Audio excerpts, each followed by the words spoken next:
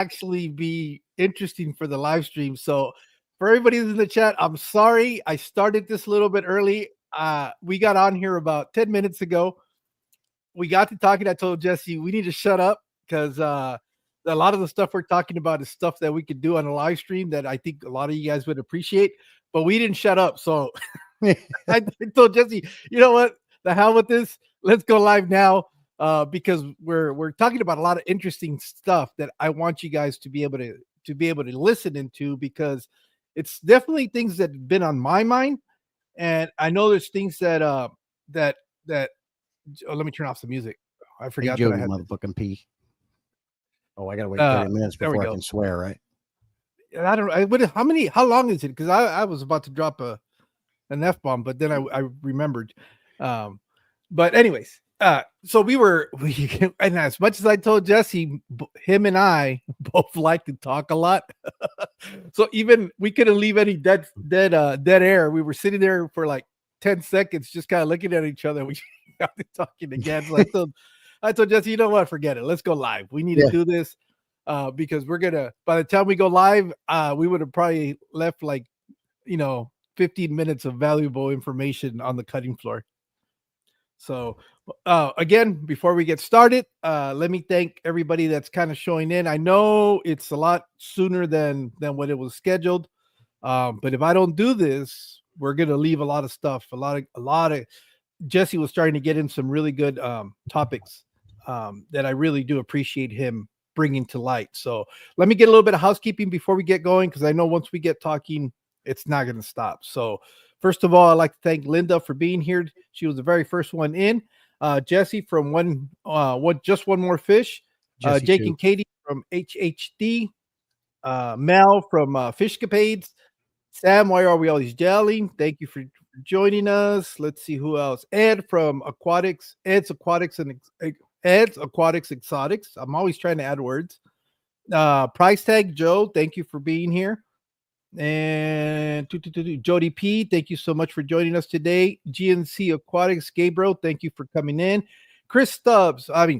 Yeah, well, that's his name, but Chris Stubbs Aquatics. Thank you for coming in. Audra Myers, thank you for joining us. Let's see. I know everybody's kind of trickling in, especially because we started a little bit earlier. Bipolar Fish Keeper, thank you for coming in. Warren, Wally's Wally's Freshwater Aquatics. Our friend from Africa. Oh, is that where he's from? Mm-hmm. I didn't know he was from Africa. Sure. He sent me a super chat one time, and it was in like ZAR. I was like, "Oh, okay." All right. Well, that's interesting. And now I can place him from where he's at. Empire Dirt Aquatics, Jeff Kane, thank you for joining us. Mountaintop Fish, thank you for being here. And let me see. Are we down? Cecil Mayberry, thank you for coming in. I think that's kind of everybody. I know people are gradually working themselves into the live stream. Yes, we did start early. And that's just because Jesse and I are both mortar mouths and we don't shut up. As much as I told them, let's not talk about this because we're gonna leave it backstage, and we still kept on going. So I said, you know what, the hell with it, let's go. And so everybody knows recently, because my office chair is crap. I've talked about it. They see me slowly sink down for this stream, Mad Max. Are those baseball bats? No, I got this at Ross years back. Oh, I thought I was gonna give you props for using baseball bats for a stool. But that bad boy right there is not gonna drop. Yeah, but are you gonna be able to sit on it for very long? We'll see. I got the big chair right here. Yeah, well, Jesse, I want to thank you so much for accepting the invitation to come on today. Actually, there's quite a bit of stuff that I wanted to kind of pick your brain because, like I was telling you backstage, one of the things that I've always appreciated from you is that you have always been very upfront with what your goal is for your channel, what you're trying to accomplish, and how you're going about doing it. Very few people are, quite frankly, that honest about what they're doing. A lot of people will do the same things you're doing, but they will not necessarily be as upfront as you've been the entire time. I was trying to remember where I came across your channel, and I'm almost positive that it was during Ben Ocharts. When I would watch the Saturday mornings, you would be, I think, a moderator on his channel.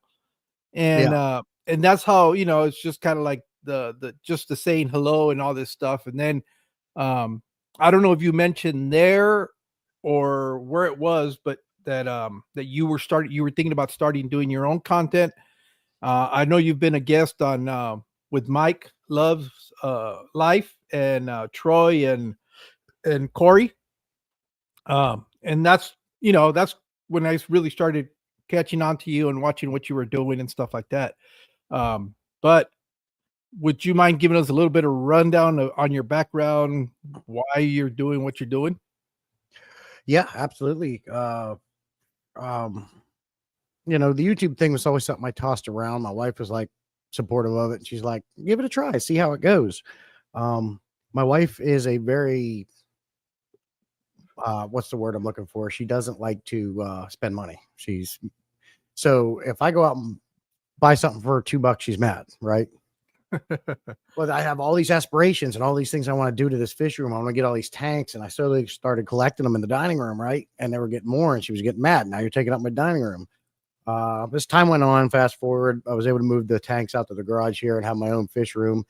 And as my fish room progressed, the YouTube channel was progressing. And she's like, well, look, if you want to do these things, you have to pay for it with the money make on YouTube. This was, of course, after I got monetized. I grew 100% organically for my first 1,000 subs. It took me just shy of 2 years to get 1,000 subs. After that, I promoted my first 2 shorts. My first 2 shorts were, and I always try to explain this to people. People think if you promote any video or any short, you're going to take off. 100% untrue. It still has to be something valuable. You still have to be doing something that anybody can achieve, funny, whatever the case may be. If they don't like it, they're not going to sub. And I've had that happen.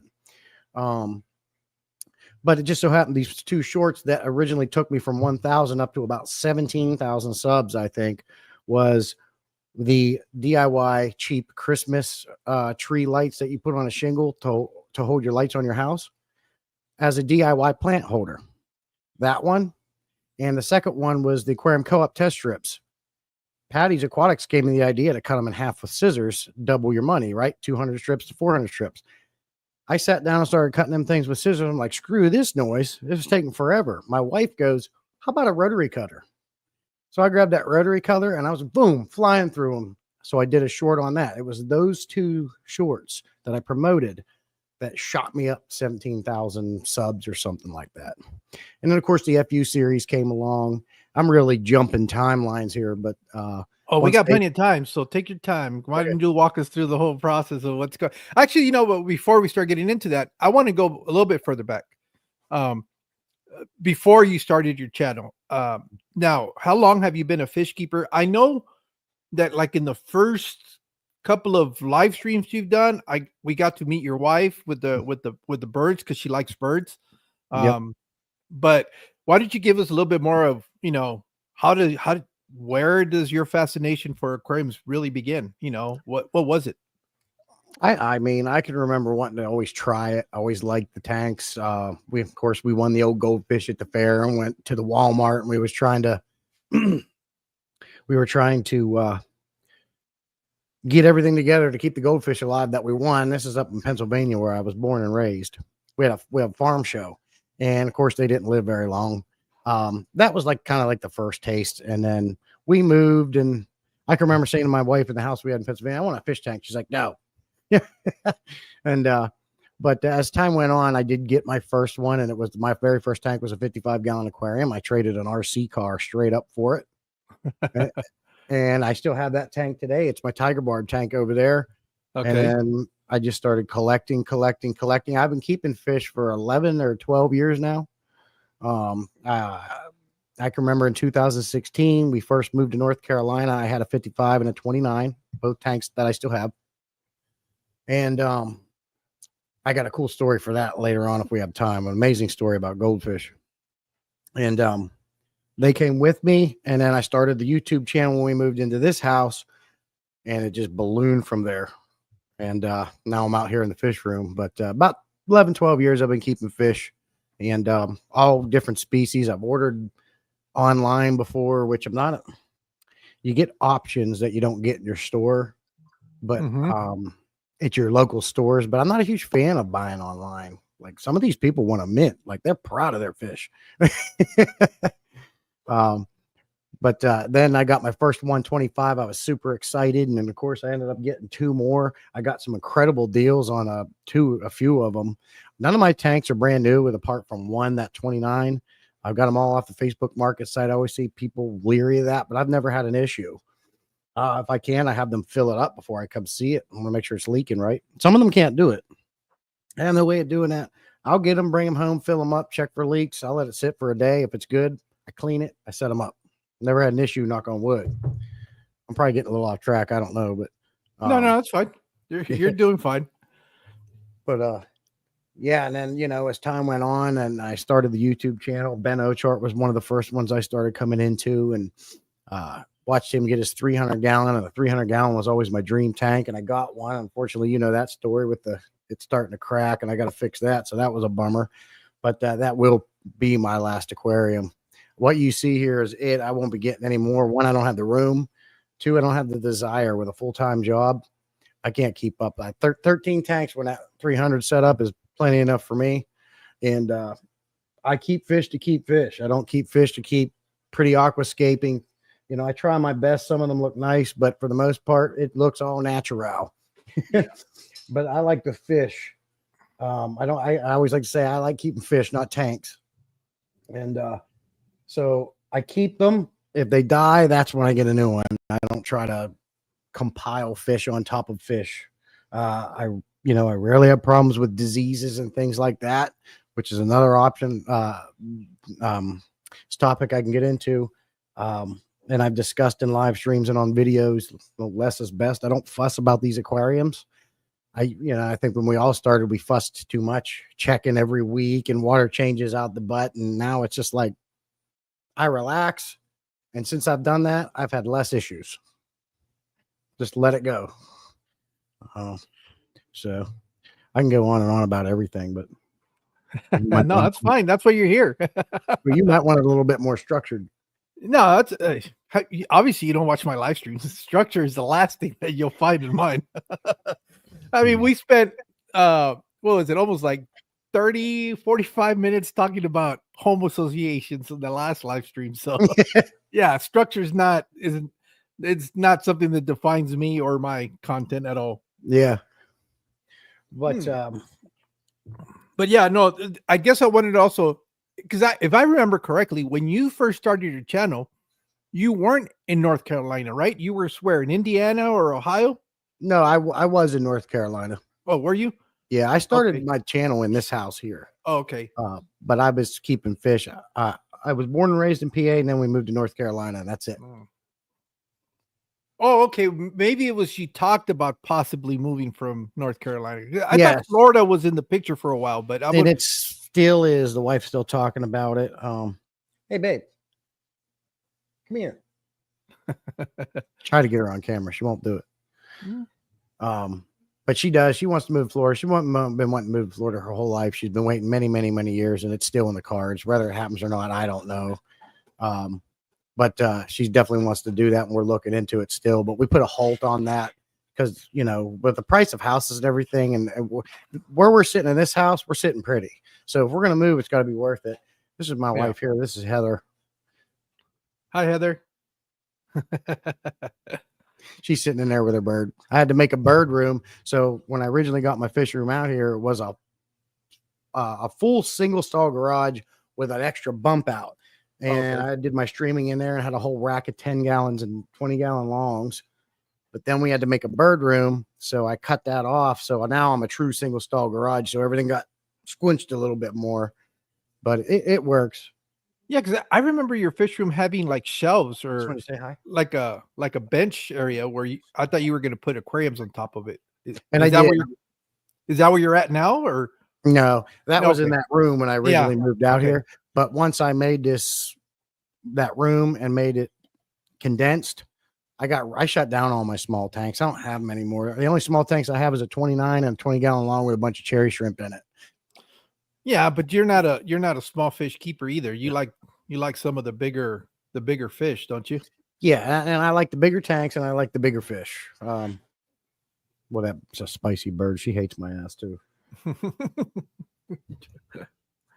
Yeah.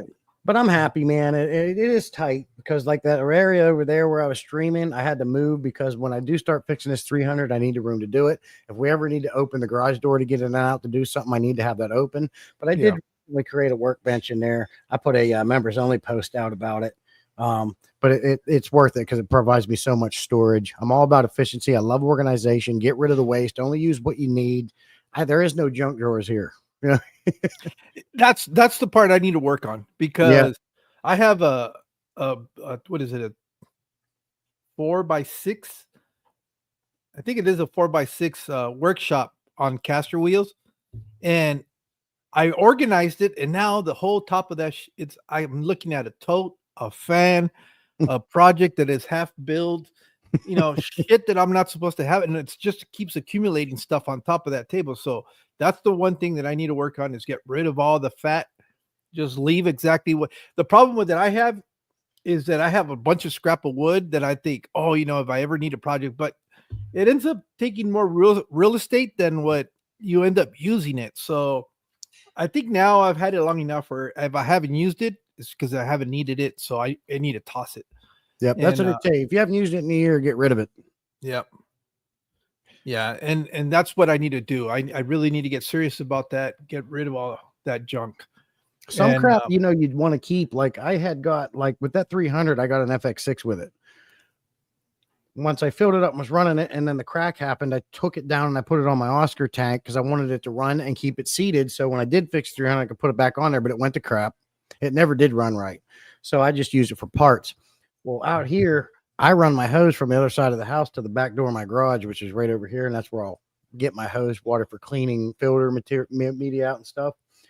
Well, I wanted a nice way for my hose. I got this pole out there. I used the, those plastic U's that the hoses on the FXs run on. Yeah.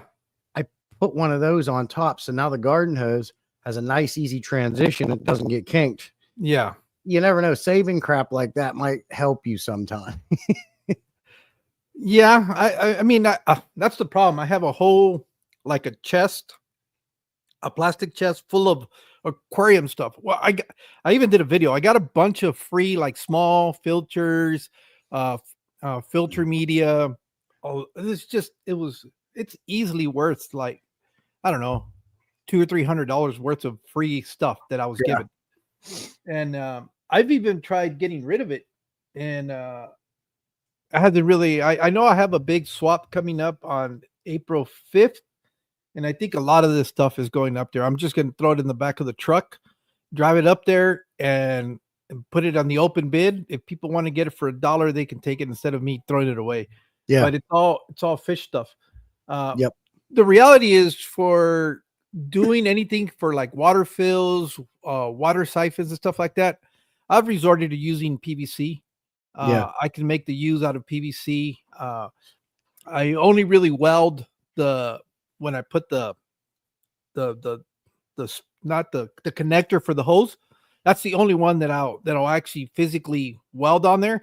Everything else is just friction fit, and it doesn't really, you don't put a lot of pressure in it, so it doesn't affect it. Right. And it allows me to remove it if I need to do a bigger gap or for a wider tank, like my acrylic tanks where the spacing in between them is wider, or I can adjust it for that, remove and put a bigger coupler in the middle and then put the downspout on there. Right. And so I've gotten all that sorted out. So a lot of this stuff that I have, I got a bunch of air pumps from when I used to run air pumps in several of the aquariums. I've got most of the hang on the backs I've gotten rid of. I still have one that is sitting there. I think the only thing I'm going to hang on to, I have these little internal filters, and that's only in case I need to set up a quarantine tank, or I need to do something out of, real quick, Yeah. set up an aquarium, I'll have those because I can put cycled media in them and have them run Yeah. and have it going. And they don't take up a lot of space. So that's what I did compared to what my my garage used to look like. I tidied it up a whole lot more, but I still have a lot of stuff that I just need to throw away, get rid of. So, Yep. Then you just get to that one point where you're like, you know what? Give me that thing. It's going to the garbage. Sick of tripping on it and moving it 500 times. well, what ends up happening to me is that I end up putting stuff on top of it. It just accumulates stuff. And then you can't find it. Well, not only that, it's just I think most of us that have fish rooms are sort of hoarders by nature because we kind of collect more than what we need. Yeah. It's not normal to have this many aquariums. Right. So it's not uncommon for us to have a lot of little extras, knickknacks and stuff like that. And but I've got I have a set of golf clubs that have been sitting in here and I haven't played golf in 10 years now. Where do you live? I live in Arizona, in Yuma. Okay. And so it's just kind of like, but every time I think about either putting them, out for somebody to pick them up or something, I always get cold feet and go, I might go. But since I haven't done it as often, I think it's just more feasible for me to just rent it at the golf course than to have it taking up space here. Yeah, you could sell those, put that money in your pocket and just rent when you decide to go. But I was like that when I shut down on them small tanks. I had 3 10-gallons sitting out there. I'm like, I got to get rid of them. I don't have the space. I don't want small tanks. I've got enough QT tanks. The only tanks I could not get rid of, and I won't do it, absolutely love their footprint, is the 20-gallon long. I've got one down here empty I use for QT. The other one's got a bunch of red cherry shrimp in it. There was a beta in there, but it died. I just can't get rid of a 20-gallon long. Well, and the crazy thing is that I really only use like 3 clubs out of that bag. Yeah. That's all I really use. I've tried using the driver, to tee off, and I can't drive for shit. So I use my 7-iron, and that's usually what I play almost the entire course. I have a pitching wedge for when I fall in the damn sand, and then a putter. Those are really the 3 clubs that I predominantly play with. So it works for me. That's right. I've never been into golf. I've never been into sports. My favorite sport to play is baseball, but I can't stand watching it. It's watching flies fuck. Puts me to sleep. But I've never been into hunting and fishing and golfing, and I don't care to watch football. I just don't. I've never been into it. I loved 4-wheelers, had many 4-wheelers, rode a lot of quads. But other than that, it's working home for me, sir. And now the fish hobby and the YouTube end of it. That's my hobby. Yeah. No, yeah, baseball. I still enjoy baseball. I'm not gonna lie. I don't follow too much of the Major League Baseball anymore. I really haven't. We have I guess, well, not so much local, but it's only about an hour drive to get out there, and it's a professional baseball team in Mexico. But I think the level of it would be the equivalent to like AAA in the minors. Okay. And it's awesome because you get to see a lot of the future stars that are just making that final winter push before they go to the big leagues. So you get to see a lot of that talent, or you get to see a lot of the guys that have retired that can't play at the MLB level anymore, but they're still very good that they can play. They can extend their career playing down here in these leagues. So, like, for example, I remember, and this is stating myself, this is how far back it goes, but I remember at one point, Mike Piazza was playing down here before, and he was a first baseman when he was up here. He wasn't even a catcher. He was a first baseman. We've had John Kruk, Dan Glavine. Who else has made it big that was down here? Sergio Romo. Who else? There's just been a bunch of guys that have gone on to have very successful careers in professional baseball that have, made their last push, the last, kind of like gear getting ready for their professional debut. Yeah. So, that's neat. I always have a hard time looking at the camera. I want to look at your face. That's with everybody. Yeah, I think we all kind of guilty of that. Yeah. I have a hard time just looking at the camera, period. I'm always Yeah. looking up, Looking around. sideways, but that's just part of, I guess, my my hyperactiveness, I guess. Yeah. I can't sit still. I've never been able to sit still. I always fidget. I'm always doing quirky things. Yeah. I never realized how much I touch my face until I watch the replays. It's like, what the Yeah. hell are you Me doing? too. When I'm making videos, I find myself doing this. I'm like, quit it, you asshole. Why you keep doing it? I've been that way, I've always been a high RPM type of guy. Talk 100 miles an hour. I eat in 5 minutes, I shower in 5 minutes. When I'm done, I gotta go. I give my wife anxiety sometimes. Yeah, you're probably like me. I don't get ready until my wife says she's ready, because I know there's still like another 10, 15 minutes before she's actually ready. Yeah. And that's when I'll get ready, because it doesn't take me very long. I mean, I No. jump in the shower, do what I need to do, and I'll be dressed in a Done. heartbeat. Yep. So, but that bleeds over with fish keeping. Everything I do, I'm A to B, find the fastest way to do it. At one point, I had all them tanks in that dining room. I could go around and have them done in less than 2 hours. That's drained and filled and scraping glass, because I'd be draining one and working on another one while this one's filling. I'm going to the next one, getting it ready. You're right around the room. Boom, done. Yeah, that's what I do. I got 2 or 3 siphon hoses running at once. Yeah. Especially on the bigger tanks. That would be my next project I'd want to do.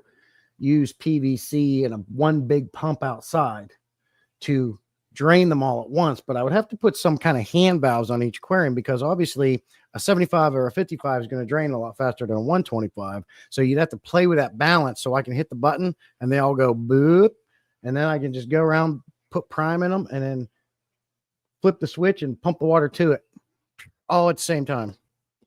Now, do you have chloramine in your water, or do you have chlorine in your water? Do you know? I've tested it before. I would have to test. It's been so long since I tested that. I do have the aquarium co-op test strips to check for chlorine. No, because that's from your water department. If you go to their website, they state what they're using to treat their water.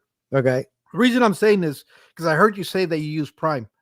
One of the things that I did early on, because I was spending a lot of money on dechlorinators, is and I don't remember who I saw doing it, or I would give them credit for doing that, but they had a video where they took the RV inline carbon filters that they have. Yeah, I've talked about that. Since we only have chlorine, it would remove that. Yep. And I got one of those things. It was a life changer. I didn't have to spend any money anymore on any dechlorinator. I didn't have to worry whether I dosed the tank or not. I could just turn on the water. You would have to buy every 3 months. You got to replace that, right? Not really. It took mine, and but you have, no, that's not true, because you have bigger water volume. But it'll treat, like, I don't know, what is it, like 6,000, 8,000 gallons of water. So Is that how do you go by when it's time to change? How many times you've done a water change or something? No, I didn't keep track of it. I just, I felt like I hadn't changed it in 8 months, and I decided to go change it. That was it. I've talked to Tommy about this before in the past, in Swiffle. I've had this conversation with him, and right now I have to hook my pipe. I got to get like 75 feet of Python hose, because the only bathroom I can hook up with that Python is the other end of the house, the main bathroom.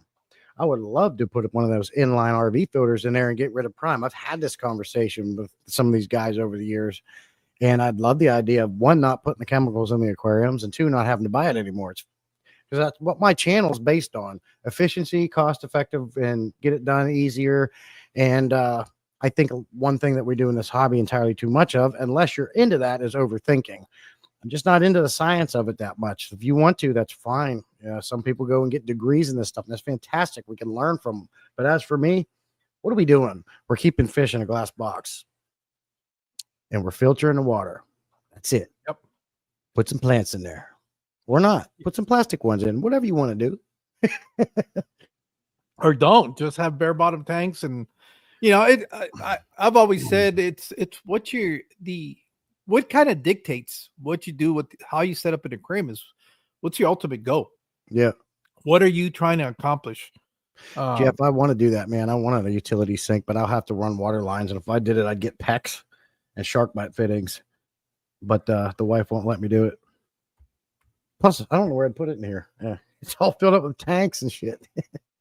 Well, it's funny because I have a slop sink, and I just kind of Jimmy rigged a drain to the main clean out drain.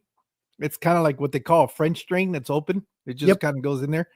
And but I don't have it connected to water. It just allows me to put water in there and it'll put it in the drain. Right. And but I have a hose that I use as the spigot. The only thing I don't have is temperature water. You know, it's not, I don't have access to hot water. See, that's what I want to make sure of. You know, I don't want to like put cold, like right now it's been cold here. And the water that comes from that garden hose is freaking cold. The last thing I want to do is shock the dang fish because they're sitting in 78-degree water. Well, yeah, but how much volume is it? And how much water change? How big of a water change are you doing? I only do water changes once a month. So when I do it, I do like a big water changes. Do I have to do that? I don't know, but that's what I've been doing. Everyone seems yeah. No. I get it. I know in the winter, I tend to do them.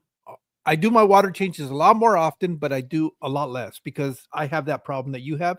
Mm-hmm. So I heat the room. I don't heat individual aquariums. Same. So they're all running about mid 70s, right? Yeah. Well, water out of the tap is probably about 50 degrees or so. So I'll do a little bit more often, depending on the volume of the aquarium too, because I have a lot of smaller tanks, like 10 gallons and 20 gallons. I'll maybe do like a quarter of the aquarium and just add that straight cold water in there. Yeah. There's enough temperature in there. It is going to drop, but not enough to where it's going to hurt the fish. But that's the only downside. I have to do them a little bit more often if I'm going to do water changes. Well, or the good thing about it though is if you're breeding, that tends to spawn breeding. The temperature changes. Yeah. Or I wait till a day that is a little bit warmer because we don't get very cold. That's the reality is. Yeah. We've been having days like right now, today is one of the cooler days, and it's like maybe, I don't know, like 68, 69 outside, and it feels a little bit cooler because we have wind blowing through. So like today probably wouldn't have been a good day to do a water change, but when it's getting up in the 80s, low 90s, well, hell yeah, that's perfect, time to do a water change. Or I'll wait till the peak of the day to because I know the water will be a little bit warmer then. But there's always workarounds, I guess. That's what I'm trying to get at. Yeah, absolutely. I just have the hose out there. I did a members only post showing my setup out there. I got this 4-way valve set up with different Python on one, just a regular hose to fill, and then a sprayer on one. So I can do all the different things just by a flip of a valve right there. And that's how I clean my media and filters out. But like, I'm telling you, man, like I don't know what you call them on YouTube, but on TikTok, they call them stitches, where you take short and kind of like overlay yourself on it. Uh-huh. I did that with Primetime Aquatics video he put out not long ago about it. And it was funny, but it got taken down. You can't see it because I think Primetime saw it on his copyright and took it down because I had it perfect where he goes, if you're one of these people online, I haven't cleaned my canister filter for 1 to 2 years. He goes, bad. You don't want to do that. That turns into a nitrate factory. Nothing to brag about, basically. And I cuts to me and I go, hey, Jason, good to see you, man. Yeah, shoot, man, I haven't cleaned mine in over a year and mine don't look like yours when you opened it up. And my fish are fine. That's all the short was. 2 or 3 days, it got taken down. Well, I guess because you were making them look bad, I guess. Yeah. And if you could have put a pre-filter on them, I have on this Oscar tank an FX6. It's been over a year. There's a pre-filter on it. I had to put a pre-filter on it because you know how Oscars are. They're pluming the sand up. It was getting in the filter too much. Dude, I cracked that thing open. It looked brand new in there. I'm like, shit. I put it back together, ran it. There ain't no sense of cleaning it. The pre-filter took all of it. Now you have to swap pre-filters out weekly. That's easy. But my you see, and this is where I can't speak on this because I've never tested it. There's actually, you're pretty familiar with Skeptical Aquatics. He Bit. actually sent out Mom to get tested.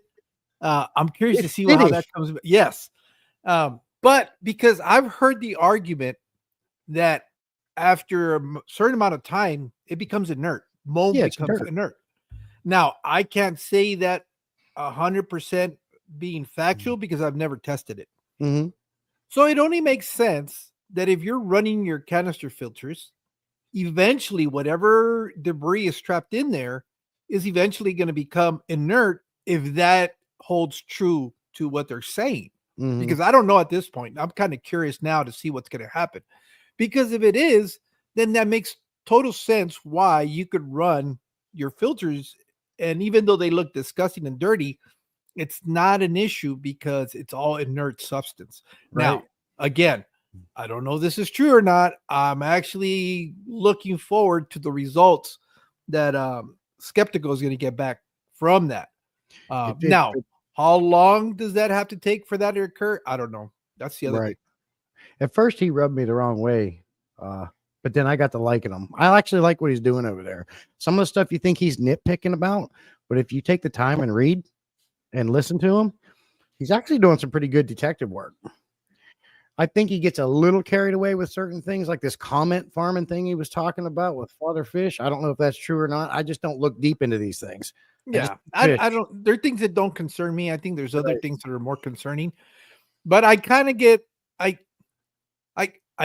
understand a little bit of what he's trying to bring to light, because if you're, and this is something that I've been telling people, if you're a beginner, I don't recommend starting out with a dirty tank.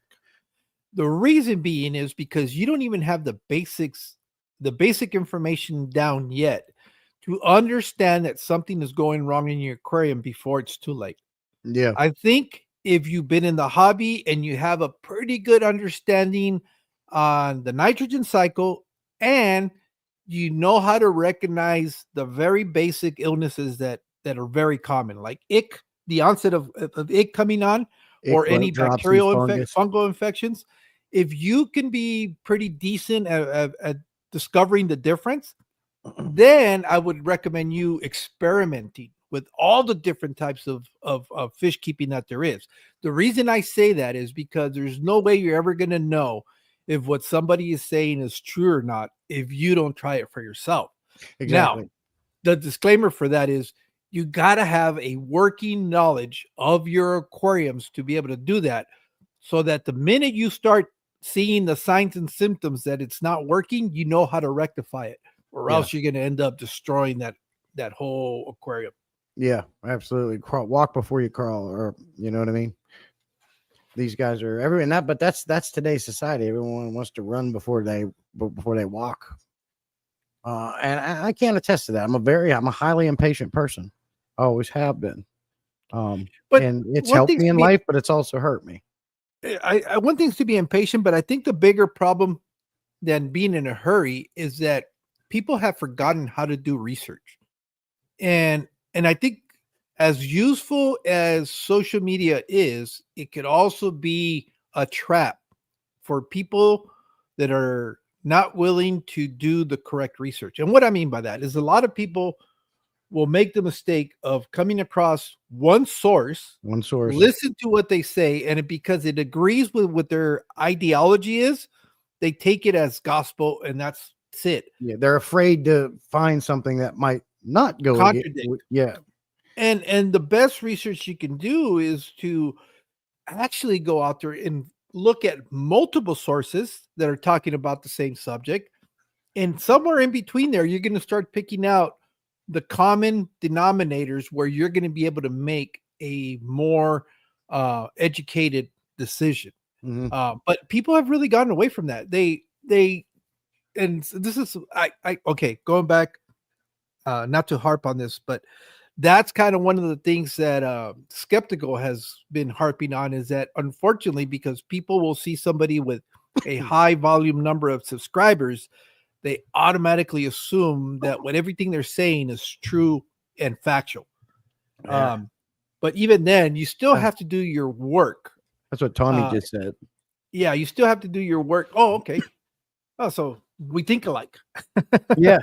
And but I think I don't know if that's a generational thing. That's the thing though, because I don't see that being so much of an issue with people in our age group. And I think that's because we kind of grew up before the internet really became what it is today. Yep. And we were forced to go research other avenues. I think now the newer generations are so accustomed to relying strictly on social media for their information. So, Well, and I don't know. entertainment. And entertainment. I get mad at my daughter because she's on that thing 24/7. We have to take her phone with her. I said, don't get me wrong, Emma. That's my daughter's name, Emma. I said, when I was growing up, it was Atari, Nintendo, and Sega Genesis, and we played it hard, but we also played just as hard outside. Yeah. King of the Hill, riding bikes, building forts, wrestling, getting into trouble, setting on fire. You know, Well, you would get kicked out of the house. That's the thing. yeah. Because you were in the way of whatever needed to be done in the house. Mom would say, "Hey, get out of here. Come back when dinner's ready." My mom's mom, my grandma, she was a hard ass, man. Like I can remember, and they treated my mom and her kids badly. Like we would be considered abuse today. I can remember playing outside as a kid, and it was real hot out. And she would literally put a bowl of water outside and say, "There's your water when you get thirsty," like we were dogs. You're not coming in the house. Like that's abuse. Oh my God, today. we used to just turn on the water hose, and it wasn't hose, even baby. It was like that taste. We would walk around the street and see who had the hose unraveled outside, and that's where we went to drink water. I mean, I actually like the taste. You grew to like. Yeah, and I wondered. Well, it must have had chlorine even back then, but it was just you didn't know any better. You didn't know what water bottle was. No. Everything. I remember. Thank you, baby. For we disappeared for a second. We glitched. I remember growing up, and the water was open up the spigot in the kitchen sink and fill up a glass, and that's how you drank water. Yeah, it wasn't until we were older that all of a sudden you started talking about home water filtration systems and bottled water, and that's where it really started changing. But for the longest time, I remember growing up, it was just turn on the faucet, take put a glass under it, and that's how you got your water. And to each their own, but as time goes on, I always tell people I miss the 80s and I miss the 90s. It just seems like the world was so much better. And I believe, in my opinion, this world is going to hell. And I believe it's for two reasons. I believe it's because we took corporal punishments out of school. I used to get paddled and embarrassed. That's gone. You can't do that anymore. And then I'll tell you what it is. I think we took parenting out of parenting. Yeah, exactly. And in the schools. It became something where parents want to pass on the parenting to other adults, and when they do happen to parent, they get offended that the kids got disciplined. I think that's where the problem is. Not so much the corporal punishment. That's always a choice. I know my brother, he raised his kids totally different than what I did, and he never really he used more of the talking to them, which I respect that. I was still a little bit more old school. But at the end of the day is, as a parent, if you're involved with your kids and you are making sure that they're not doing what they're not supposed to be doing, and there is some sort of discipline, they're going to be fine. It's the problem when parents just let them run wild and, he's trying to express himself. Bullshit. He's being a little fucking turd. Exactly. But that was the thing, though. When I'll never forget it. My fourth grade teacher had a paddle hanging on the wall with holes in it, and I've got it. But he didn't just do it in his classroom. He took us to the teacher's lounge while they were eating lunch and did it to us in front. So not only did it hurt, we were embarrassed. Then we had to go home and deal with mom and dad. You didn't do it again when it was over with. Yeah, it's just it's just taking accountability as parents. That's really what it is. I mean, I got to work in the school system for a while, and I got to see that whole parents not wanting to take accountability for the shit behavior their kids were displaying, and wanted to pass it on the teachers for bringing it to their attention. And they're too worried about affirmation from their kids than telling them how it is. We're showing them where the bear shits in the woods. Yeah, I scared my daughter one time so bad she pissed her pants. I'm not lying to you. Yeah, I don't know. It just it's it's a whole different. I mean, I don't ever recall my parents ever trying to be my friend.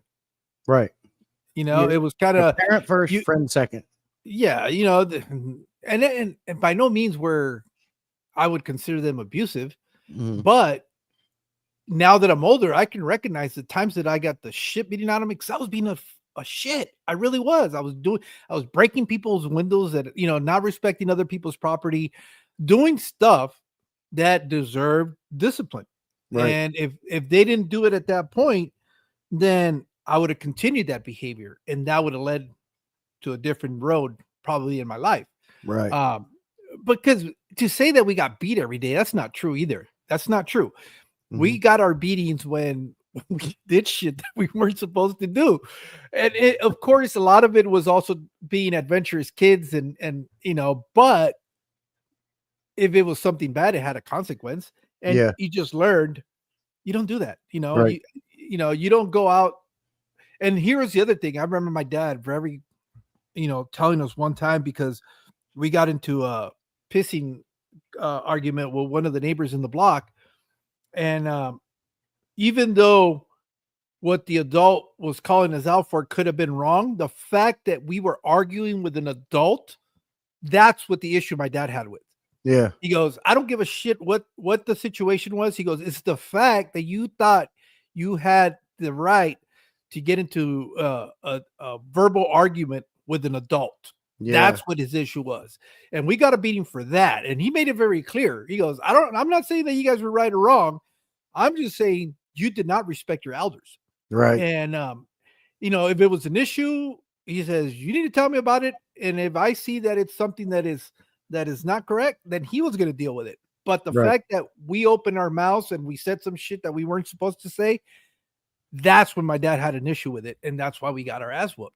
But you don't see that anymore. You see kids. I've seen kids tell, I mean, I'm talking kids like 8, 7, 9-year-olds being defiant with the parents Mhm. and calling them, words that there's no way in hell I would have been able to say when I was. And all they do I is, mean, "Here, give me I that still phone." got smacked in the back of the head when I was 18 years old living at home, and I would drop a F-bomb by my mom. Yeah. It Yeah. wasn't, and even now, I really have to watch what I say around my parents because that was so instilled in my mind. And I'm Right. a pot mouth. I mean, I say a lot of things that I probably shouldn't be saying. Yeah. But when it comes to still being around my parents to this day, there's a lot of stuff that I won't say just because, I grew up that way. You don't, Yeah. it was, I don't know. It's just weird, but, Yeah. No, it's good. but we got a little bit sidetracked, which is okay. Cause we're getting to know Jesse. But the other thing the real reason why I was really looking forward to having you on and be able to talk today, and we kind of got into it backstage, is my appreciation for the fact that you've always been very, very upfront as to what your objective has been with your channel. I mean, you've never made any qualms about it. Nope. And the one thing that I've always was really interested in is I know you did the boost program and you got to experience what that was like. Would you mind talking a little bit about what your experience has been with it? What was positive? What was probably the stuff that you kind of go now and go, it wasn't worth it. Yeah, absolutely. It's something I'm wanting to bring to light. I've tried a couple times, but I think it gets a bad rap. It's good to a certain degree. Depending on what you want to do with the channel, like you said, I've been up front and I'm still that way. Before I go forward, I want to say I am where I wanted to be with my channel when I started this thing. So I have no complaints. I'm 100% happy. Do I want more watch time hours so I can make more money a month? Heck yeah, who wouldn't? Because I started this to make some money to help offset the cost of the hobby. But and I've done that by promoting the videos and getting the massive subs that you look better to companies who you might want to get sponsored. I got Northfin. I'm not going to go with Higer anymore because Higer's turned into like the village doorknob. They're going with everybody. At first, They've always had. Yeah, They've always have. The minute you hit 300, they'll send you an email. Yeah, really? Mm-hmm. See, I didn't know that. I thought I was like, oh, sweet. But I still like getting their stuff. So I can't complain. I get free stuff from them. But with Darius at Northfin, that's special to me. That's a high quality food. That's a big name. Northfin Food is a good company, and for him to want to sponsor me, I don't think it would have happened with 1,000 subs. I could be wrong, but so the numbers make you look good, but as a channel in a whole, you can have as many subscribers as you want. If you don't got the watch time hours, worth it. A lot of those promotion subs that come in are empty.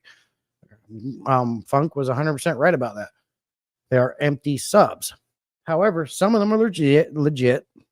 A very few that stuck around and still watch my stuff to this day.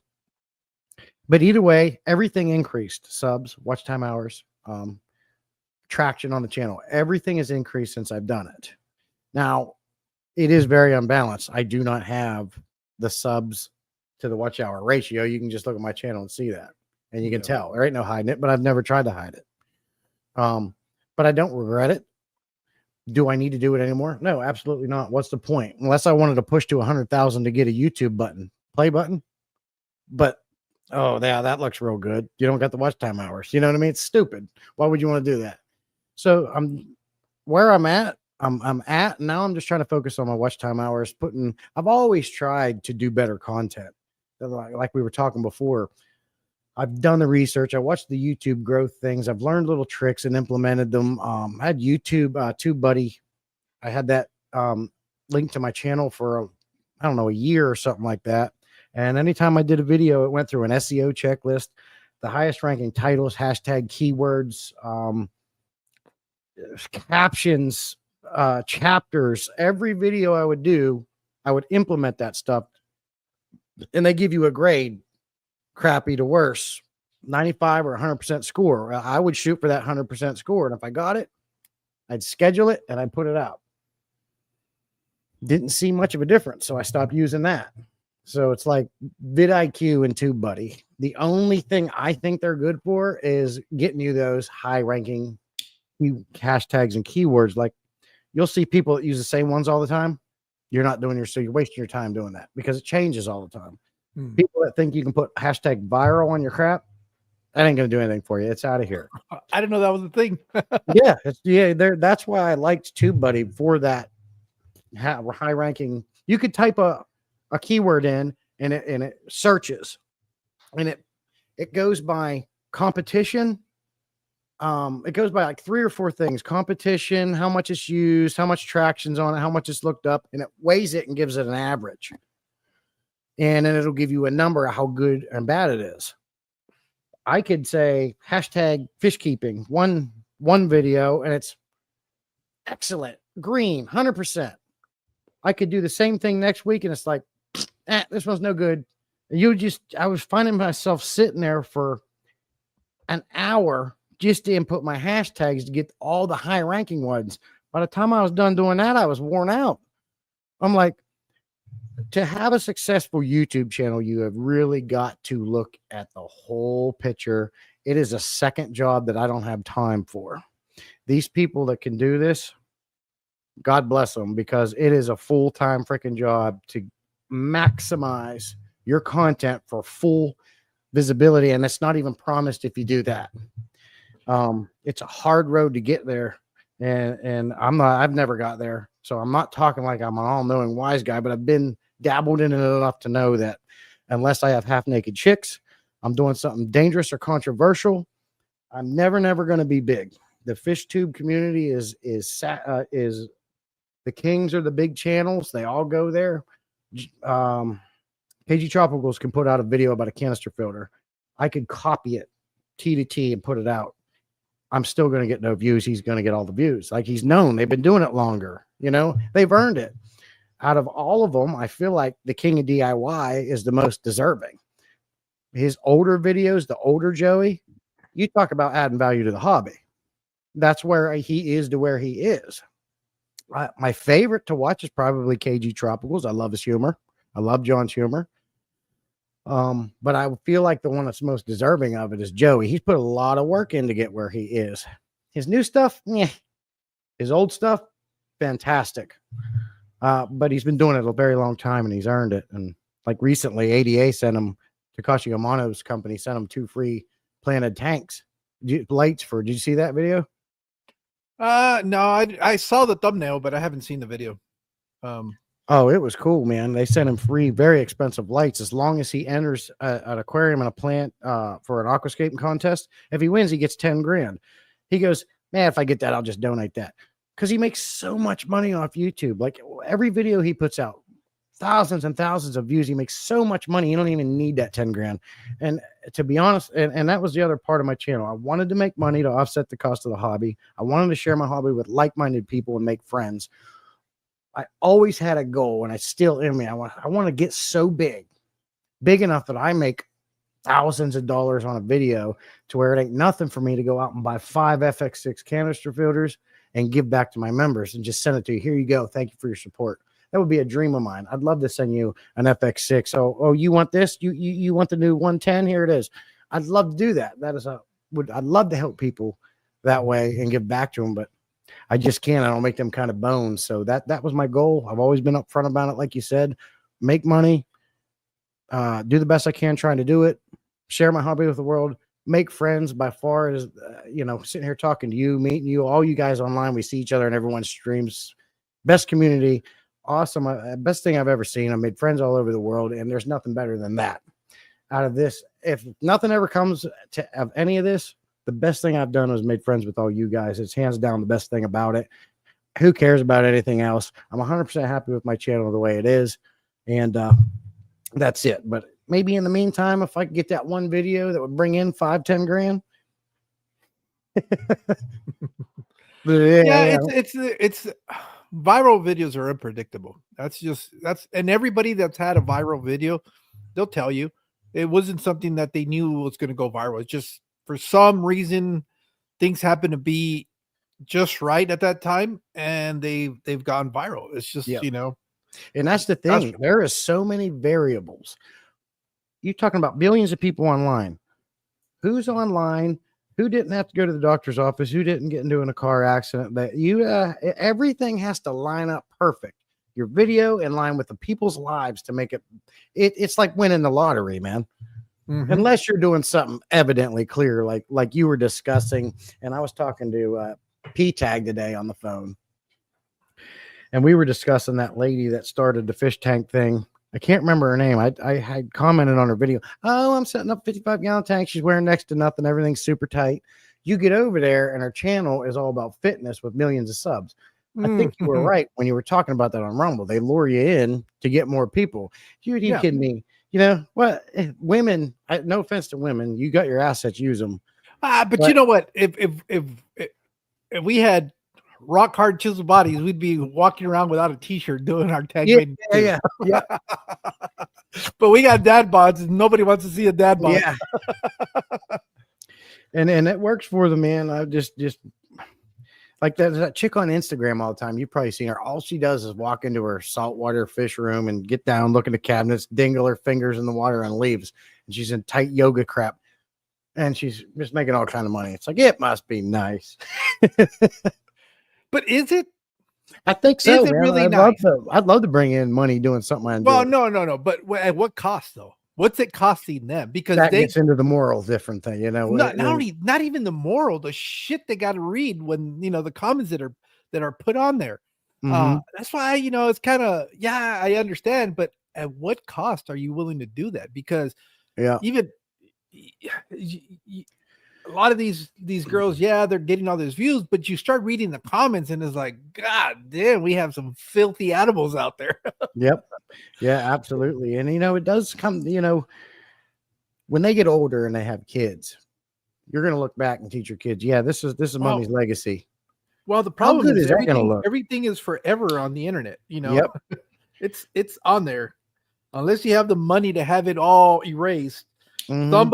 Somebody somewhere is going to have a file that they downloaded and still be able to go, oh yeah, well here it is. Here's what you say it doesn't exist. Right. And I don't know. It's a great way for them to make money. And if you can make some money like that and live a good life, more power to you. But there's a lot more honest, more moral ways to do it. And some of these people that's their wife and they're fine with it. I've joked around with my wife, hey, just put a bikini on and and pretend like you're cleaning a tank behind me while I'm doing a video just to try. No, my She thing ain't gonna with do that that. is I have a problem with it personally because what are you Yeah, doing? Are you offering up your wife? Is that what right. you're doing? Exactly. And that's what it is. And number one, I know my wife never do that. She's very conservative. Yeah. She's a good. My wife's a good woman. She's a fantastic woman, mother, and very conservative. She don't show her crap off. She's never been that way. And I appreciate that. And she's not one to primp or prep. She don't buy makeup. She don't go shopping. She's a homebody, man. And so I've got it lucky there. But yeah, and I just joke around with her because I know she'd never do it. And some of them people were fine with it. I know people personally that told me they got wife that do OnlyFans and they're happy with it. But I think those people, and no offense, I hope I'm not offending anybody, but I think those people value money over there. What's the word? Morals? Would morals be the word? You know what it is? Unfortunately, is there a lot of these girls are very young. They've found a way to profit on it, but they're not really thinking too far ahead. Right. And everything comes with a price. That's Yeah. the reality of it. Everything comes with a price. And a lot of them don't understand yet what that price is going to be. For every Unfortunately, action, there's a reaction. Yeah. So, it's just, right now, the getting is good, but, later on down the road, you're not always going to want to be in that situation. And unless you save that money, I've seen a study where it's not even about saving the money. Look, there's a young lady that's from Australia. She started doing fish videos, but it's because she's trying to drive people to her OnlyFans content. And it's very, very blunt about what's going on in that channel. That girl eventually, I'm assuming, is going to want to eventually find a person to settle down with. Now, as men, and talking from a man's perspective, we all like the girl that you can have fun with, but that's not the same girl that you want to marry. Right. So eventually when it comes to that time, she might not be able to find the type of mate that she would like to have. Nope. And it's going to be one of those situations where she's going to be regretting the fact that because of what she did in her past, it's kind of catching up to her. Is it a double standard? Probably, because how many guys go out there and do shit stuff and still, want the other side of that coin. But even those guys don't normally end up having, very successful relationships. Right. So, everything bears a cost. And as long as you really understand what that is and you're okay with it, well, then kudos to you, because it's not what I would want to do. No. And Cecil said it good there. He gets tired of seeing it all the time, and he's a man. And you do. Every time you swipe through, there's some chick dancing. I swear to God, that's all they do. Dancing. That's all they do. Dancing. Fucking thinking, read a book. Tell me a story. Yeah, it's really hard. Unfortunately, it takes a lot of work to cater your algorithm not to give you that, because too many guys do like watching that. Yeah. And so they automatically assume, oh, this is a male, certain age category, he'll enjoy this. Because you have to swipe fast, because if it's like 2 seconds, if you're I block. I block. I put not interested in this content, but I've had to do that over 2 or 3 years that I've been doing this. Right. Because I'm the type that'll sit with my wife and, we'll be watching. I don't have a problem with her seeing what I'm looking on my social medias, because I have nothing to hide. Yeah. So that's why I'm very diligent about getting rid of all that shit, because the minute that you decide to open something like that, for that one that you open, you're going to get like 10 more that are going to come in there, and then trying to get rid of all that shit. Yeah. That's why I understand. Like, I'll have guys that I know, they'll try to send me that stuff, and I'll tell them, look, dude, I get it. You're into that shit. Don't send it to me. Don't send it to me, because you might not share what's on your phone. Like, I don't have a problem. My wife, I leave my phone. It's not locked. Well, no, that's not true. It is locked, but my wife knows the password to it. Yeah. Oh, because I have nothing to hide from her. So if Right. she needs to go, I go grab the phone and get it. Check, where it's at, get that information. I don't ever want to be in a situation where she goes and looks at it, and then the feed is, or whatever it is just bombarded with bullshit. Right. Because And it's never ending bullcrap. Even if it's not you doing that, you still have to freaking explain yourself. It's kind of that, and I don't want to put myself in that situation. Yeah. So a lot of that stuff, I'll be like, nah, I'm not trying to be a prude. But I don't need that shit. I don't. Yep. 90% of my stuff is fish keeping. I like to watch Trent the Traveler, van lifers, and bushcraft guys that go out in the woods and make crap out of the woods with just a backpack of tools, and like camping nightmare stories, like real time, like scary crap happening. I watch a lot of that stuff. I'll fall asleep to it in bed at night watching that stuff. I enjoy that. That Trent the Traveler. If you don't know Trent the Traveler, man, you got to sub that dude. What up? He's funny. He's relaxing. He's just a van lifer. He's got one of those. He just bought a new one. I love watching his stuff. Yeah. Address unknown, just drives around all of North America, Alaska. Right now he's in Japan. And he games in his van. He brings his dog Millie, and when he hit 1 million subscriber, he made a shirt 1 million. It was a picture of his dog Millie. Trent the Traveler, man, you guys got to check him out. He's awesome. Yeah, and like you were saying, now if you look at my feed, it's going to be cars. It'll be the messed up motivational messages that I deliver to everybody in the chats in the morning.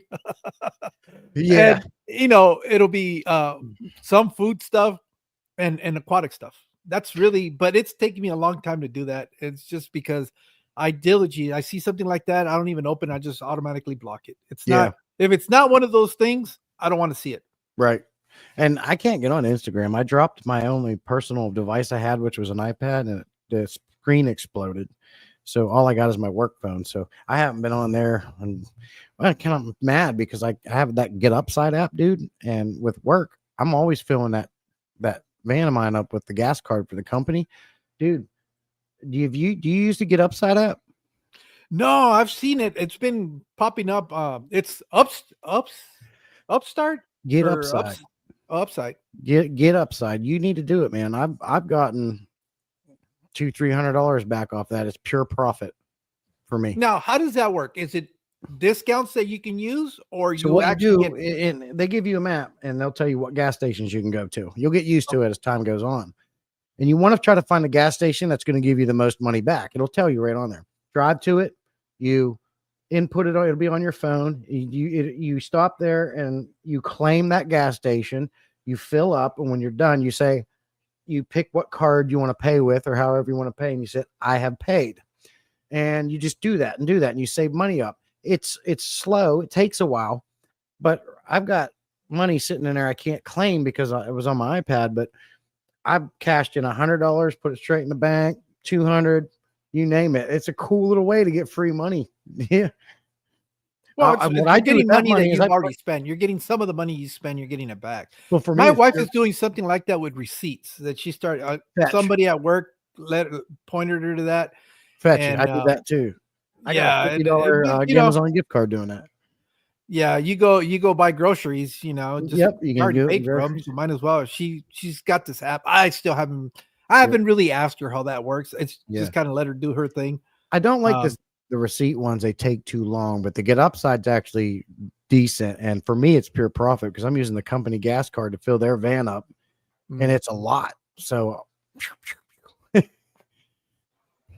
gonna have to definitely look at that. Yeah, I like the Get Upside app.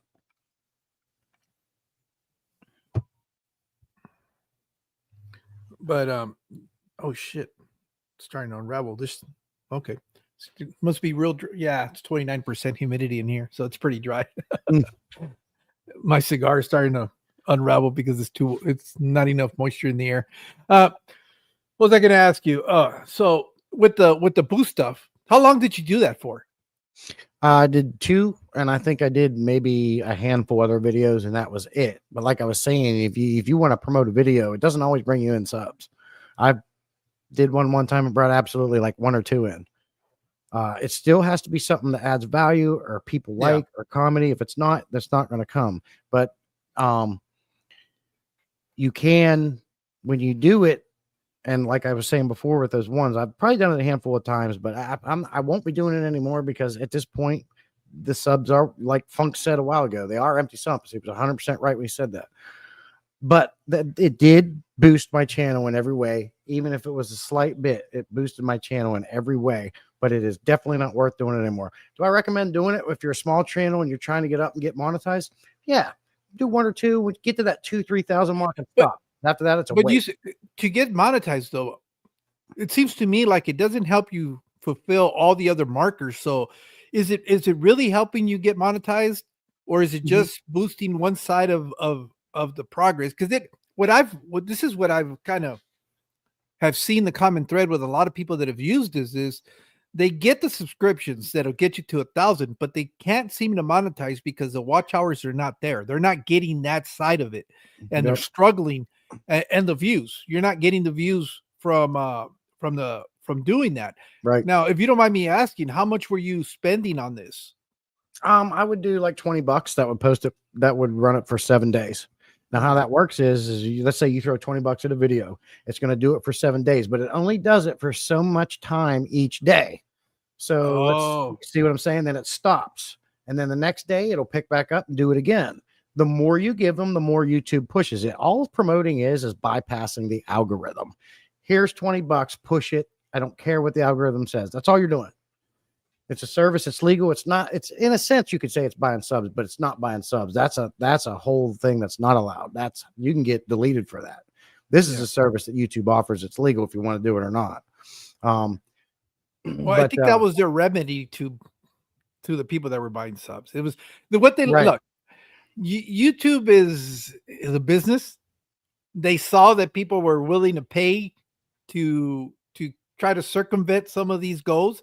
They said, why the hell are we allowing other people to take our money? Right. So they kind of took that model and said, well, fuck, we'll use it for ourselves. Right. Not only are we going to get money from the ad revenue, now we're going to get them to give us money to promote their stuff. So the YouTube is dumb is not a word that's in their vocabulary. Yep. Everything is everything they're doing regarding the watch time hours. I have a very addictive personality. Everything I get into it hard and I go big. Hence this fish room. I went from 0 to this in no time. But I knew, okay, I need 1,000 subs, but I need to get, at the time it was 4,000 watch hours. And then they did that update where you could have 500 subs and 3,000 watch hours. So what I did, I started doing those daily live streams. I let that thing run all day when I was at work, whether I was doing vertical or horizontal, because it was horizontal first, vertical didn't come till later. And I hit 4,000 watch hours doing that. But the camera was on from 10 to 15 hours a day. That's how I hit 4,000 watch hours. And that's why I got ads. Now it has not gone away, but we're going to see what happens from a year from now. I don't know where I'm at. Because if it drops down, I know June always says once you get monetized, you don't have to worry about it. But I disagree with that. If you drop below 3,000 watch hours, you will be unmonetized. Yeah, I think look, this is why I'm always saying there's no freaking shortcuts. I think what happens is the reason once you get monetized the conventional way, we'll just call it that, right? Where you're doing videos, you're doing all the things you're supposed to do to get to 1,000 is you create what I've heard called as evergreen videos. Yes. And what happens is you're still getting residuals. In this case, it might not be money, but it's views on older content, because I noticed it like last year. A lot of my earlier videos that weren't grabbing a lot of traction, or because I was still relatively small in subscriber numbers, YouTube was not really putting them out there.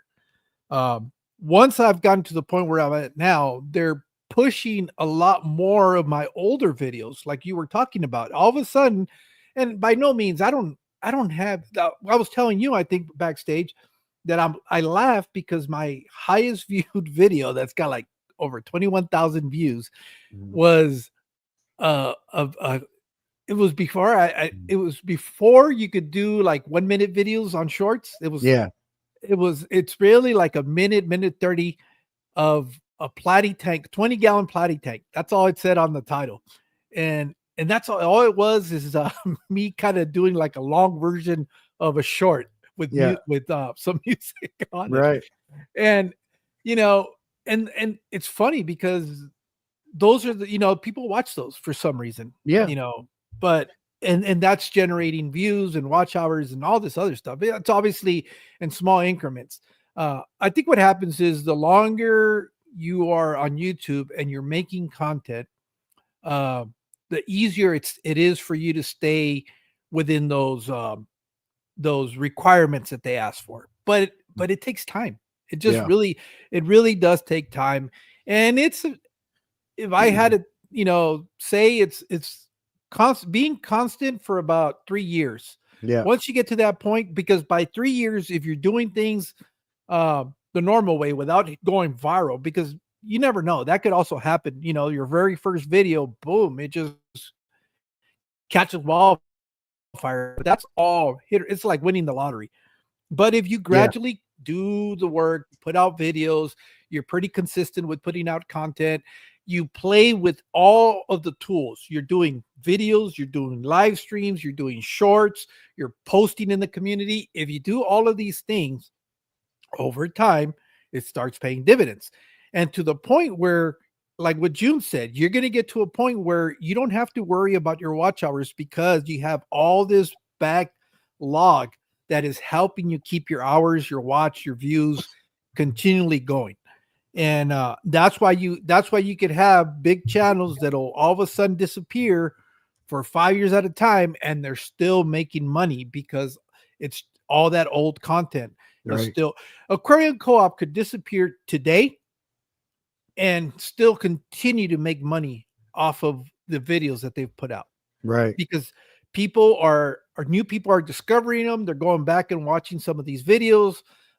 They've gotten to the point now where the algorithm will push them. There's all these other things now, but they're at a different level though. They're what, a million Yeah. He's subscribers. 1.1 or 1.2 million Yeah, now. so King of DIY is another one like that. Mhm. But So like it's these Paul Cufferos and stuff, like I don't know. I can't stand Aquarium Daily and Simply Beta and Paul Cuffer is okay. But that Aquarium Daily chick, like I don't consider that a fish keeper. that's the whole production. No, wait, Aquarium Daily. Which one's Aquarium Daily? Aquarium Daily is that blonde, like, hey, look at me, I'm in a yellow bikini. I'm gonna turn my bathroom into a Oh no, that's Aquarium Info, isn't it? Aquarium Info. That's what I meant. Aquarium Yeah, Info. yeah. That's the whole. I guess that you could really call it a plant in the Yeah. niche. That's really what that is. That's a whole production team, and that's a whole. That doesn't count. Yeah. Yeah, no. But yeah, one day I want to get up there. I would do, I still want to be a bigger channel and get there. And one of the things that make me excited about that as most is to be able to help, because I know what it's like to be down here and even lower than I was now and saying, man, I wish he could do it. He's got all this money. Just send me one aquarium. I would love to be like, oh, Jake, you said you wanted a 350-gallon aquarium. Show me which one you want. Send it to me. I'll get it coming. I'd love to be able to help our community and do things like that for people. Yeah. Yeah, but you would have to get as big as like Mr. Beast. That's Yeah. where you can afford. Well, to do not that even shit. Mr. Beast, even Cuffero. I mean, but even I don't Joey. know. Do they really make that much money to be able to do Joey, something? I was on a stream one time. Joey, when he was still buddies with Jim, and he disclosed how much he made when he built that 2,000-gallon aquarium, and he was just stocking it with fish. $12,000. $12,000 paycheck from YouTube just because he made a video adding fish to that aquarium. $12,000. That's just one. Every video he's even talked about, he made more. I mean, you got a lot of views to do it, but I mean, he's making a killing over there. Yeah, I guess I don't know. I all I know is that there's a misconception that some people have, where they think, oh, I'm gonna hit once I get monetized, it's all sunshine and rainbows, Yeah, and it's it's a not like second that. fucking job. Yeah, it does become something like that. That's why I've always been kind of like, you know what? I'll do this because I enjoy it, Mhm. but that's why I've always done my thing. Now, here's the other thing that I always tell people. It's not necessarily that the goal is to get to one of those numbers. Yeah, If it happens because you put in the work. And yeah. that's all there really is to it. It's longevity. None of these guys that we've talked about did it overnight. Not Right. one single one of them. Oh. They've been doing this for over 10 years. And it That's helps when really you're what one it, of the first ones doing it too. well, it's no, it's not even that. It's just the work they've put in. Oh They've yeah. done. I mean, they've been doing this consistently for over 10 years. And Yeah. it's like anything else. The more you do it, the longer you do it, it's gonna eventually get there. The better you get at it. Yeah, and that's the thing though. Mhm. It's not just because I want to do things my way doesn't mean that I can improve a little bit more on what I'm doing. Whether it's learning how to do a little bit more appealing of a thumbnail. I still don't edit. I still really don't edit because I don't like to edit. That's the reality of it. I Yeah. don't like to edit. Uh Has it become kind of my thing for a little bit? I guess because you're gonna get literally raw video. I Yeah. mean, it is 100% raw. What you're seeing is what it is. And I'll clip if it gets too long and this long, awkward, and I'm not saying anything that makes sense. Yeah, that's about the editing that I'll do. But I don't.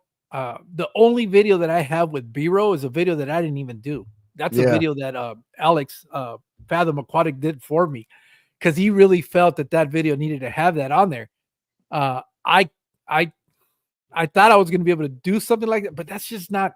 It's not in me. That's a reality. It's not in me. I know how to do it. I just don't want to do it. I'm old. I'm stubborn. I'm Mm. sticking to what I want to do because I want to be able to do it my way. Yeah. That's really what it is. And that's what you That's should really do. what And it that's is. where I'm at now. I push so hard. Like I said, I'm where I want to be. I have no complaints.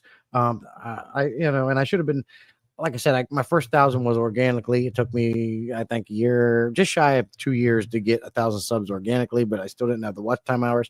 I push until I get what I get results. I contacted companies, and I'm very good at talking to people when I want something, trying to get sponsors. And like I said, if at the end of the day, if this is what it is, I'm happy. I make $100 to $200 a month, having fun, hanging out with you guys. It's fun. It's a good time. I look forward to it. It's my hobby. And that's what it ends up to be. It is what it is. To me, I consider it a success. Yeah, right now the only thing that I'm getting back in income is enough to be able to pay for the food that I feed, and Yeah. but it's not it'll run the fish room for months at a time. So, Right. but if I were to sit down and tell you the electricity, the water, the mileage for going to do stuff, it doesn't. I'm paying out of pocket, but I'm fine with it because again, this has allowed me to get to know people. It's Mhm. allowed me to enjoy the hobby in a different way, and it has allowed me to make friends and connect with people that under any other normal circumstances I wouldn't get to meet. You No. know, And that's what I so meant. That's what this last 2.5 years I've been doing this, which isn't very long. I did not think that there was a community on here. I knew there had to be someone out there. There's so many people on YouTube, but I didn't know it was this. So when I started meeting all you guys, and I learned that all these people come in, and I was like, and now it's like every day, and it's like I make jokes all the time. Some of you guys might get on my nerves when I'm in live streams because I joke constantly, cracking jokes. I feel like I think sometimes when I'm saying shit, no one says something to me. It's kind of like my keyword to shut the fuck up. They're not funny, you know. But it was amazing how big it was and what it's become. And the takeaway is you guys, and I mean, you guys, members of my channel, you don't have to freaking do that. I mean, there's so many, like June being a member to everybody's freaking, I don't know how she affords it. Like that $1, $2, $5 adds up. And Jody and the gift and the memberships, I mean, they don't have to do that, and they do it. What a great community you have for them to do that. And the channel wouldn't be here if it wasn't for the membership. That's where most of the income comes from. For me, at my level, is the memberships. So already I'm giving back, and I do give back as much as I possibly. I don't know how many things I've mailed out in the last 3, 4, 5, 6 months. Food, stickers. I sent things to Jim, buckets of food. I know he's got a lot of tanks. It gets expensive. I sent him a 2.5 gallon bucket of food because I can do that because of my sponsorship with Northfin. It helps a lot in the giveaways. And I love that. I love giving back for the people that support me. That's my absolute favorite freaking thing. The only thing second to that is when I get a comment that says, "You helped me do something. Thank you so much for this video." Those two things are what make all this worthwhile. So Yeah, call it a success. I think for me, the most rewarding compliment that somebody could say is, you know, they see that I'm very sincere with what I'm doing and saying.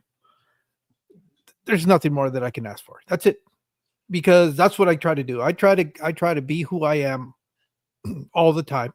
Yeah, and you know, I don't pretend to be anything that I'm not. You know, I can't. You know, it's hard. It's hard to keep up a facade. Yeah. To be something that you're not. It's just to me, some people might be able to pull it off, and they might be very good at it.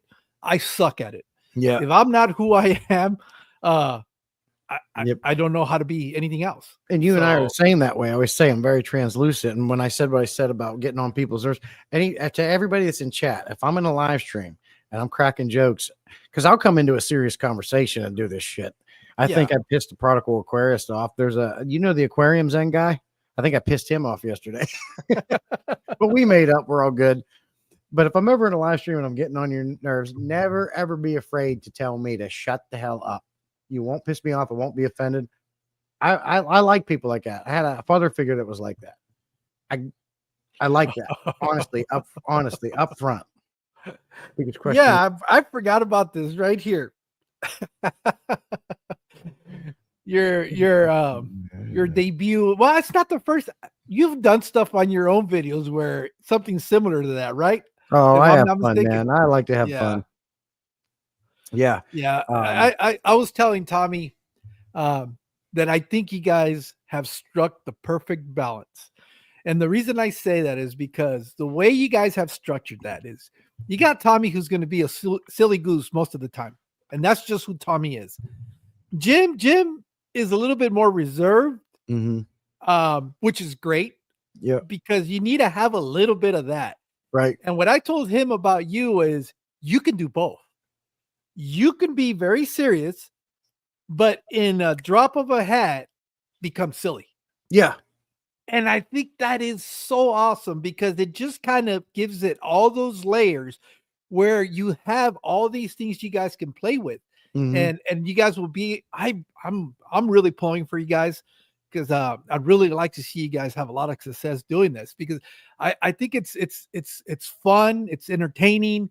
Even though it's been done multiple times, I think right now the combination of personalities is really good. It's got a perfect balance and I think with you being added to that, it gives that flexibility where if you guys need to do something that's pretty serious, you guys can pull that off. If you need to get silly and loose and all that, it is fucking awesome that you guys can pull it off. Yeah. And Tommy was talking about how he was not expecting that. But that just speaks to who you are. You know, Yep. So And he's I thought working that was hard. really cool. He works so hard and putting things together, and he's excited about it. We already got our next scripts.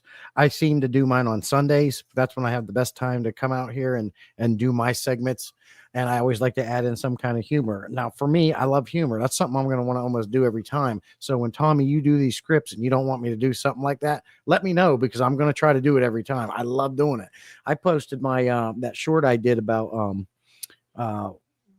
the 1980s style short that I did, where I was Mhm. look like a 1980s style commercial. I put that on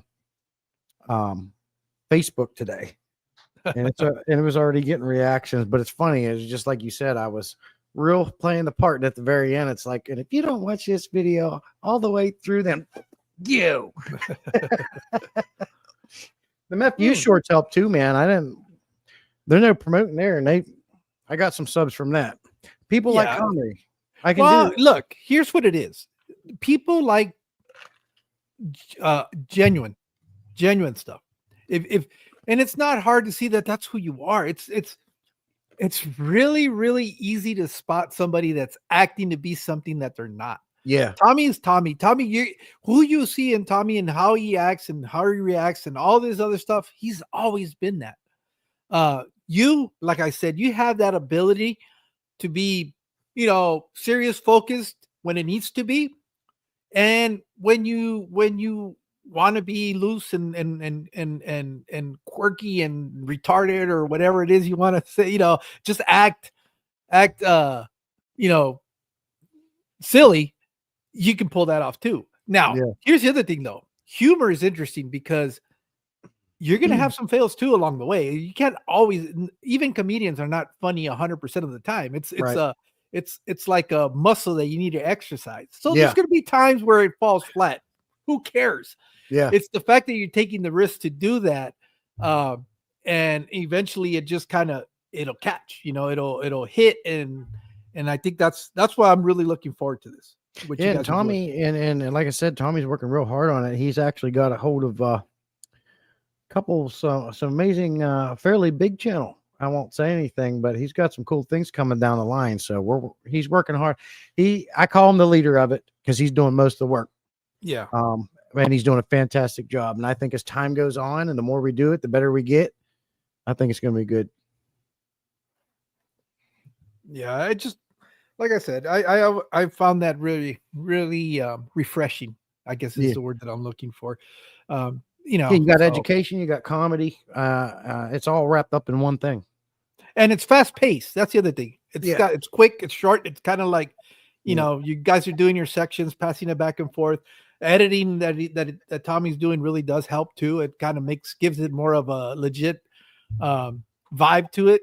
Yeah. So Asses from the stool. the stool wore you out, huh? I need one of them Barra desks or whatever they're called. Yeah, we're not going to be on for much longer anyways, but much more comfy. yeah. So is there any other things that you're currently working on that you want to share, or what's your next goal that you're trying to accomplish? Just get some better quality videos out there. Get educate. I always like to, like you say, I can go from serious to funny. I like to do a mix of both. I'm working on a couple different videos at the same time. Now we're doing this thing together. So, I only have so much time, so I have to try to fit it all in. And, but I'm working on a video right now. I haven't done an FU short, I think, for a couple of weeks. I don't want it to get old, so I'm not going to do it every week. Yeah, you got to sprinkle it here and there. It's kind of one of those. It's like seasoning. Exactly, just sprinkle it, and so just have fun with it. At the end of the day, I'm just having fun with it, and I'm really enjoying what we're doing together and bringing all three of our personalities together and doing that. So just see where it goes. I really don't have any plans. I just want to share the hobby, share my little.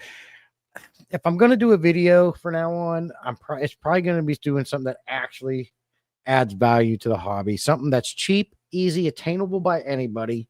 And I've got a couple ideas, and then I'll put a video on it, kind of like I did today with the Chemipure trick, putting a pump on it instead of using that stupid freaking dropper.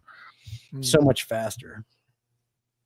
So just crap like that, entertainment, comedy, mix it all, have fun with it. At the end of the day, just want to enjoy it. I don't. If it becomes a chore, I'm done. Yeah. No. Oh, the other thing is, you're also putting stuff out on Rumble, right? Yeah, yeah. Well, so when I How's live how's stream, that experience been for you so far? unless you're going through Rumble, you're not going to make any money on Rumble. Oh, So, like, okay. if I want to live stream, I have to do it from Rumble to YouTube. But I haven't done that yet. And Rumble's cool. I was over there. I don't know if I was one of the first because Father Fish has been over there forever. Jeff's been over there, I think, longer than me, but I was over there over a year ago, and the videos would get like 1, 2, 5 views. I'm like, screw this noise. And I got rid of it. And then when they started going over, I re-downloaded it and went back over there. But if you want to make money on Rumble, you have to use their platform. You can't, you know what I mean?